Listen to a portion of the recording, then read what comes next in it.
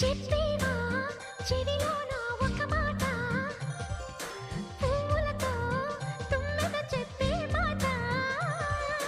నీ చిరునవ్వు సాక్షిగా తాజ్ మహల్ నాదట, నీ పెదవంచు సాక్షిగా షాజహాను నేనట. నీ తీయని ప్రేమకి నా పెదవే నజరానా, నీ పైటకి నేనిక బానిసనే నెరజాడా.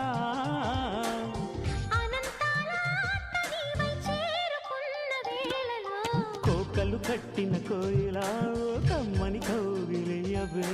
తేనెలు మరిగిన తుమ్మెద కను చూపుల గారడి చేయగా.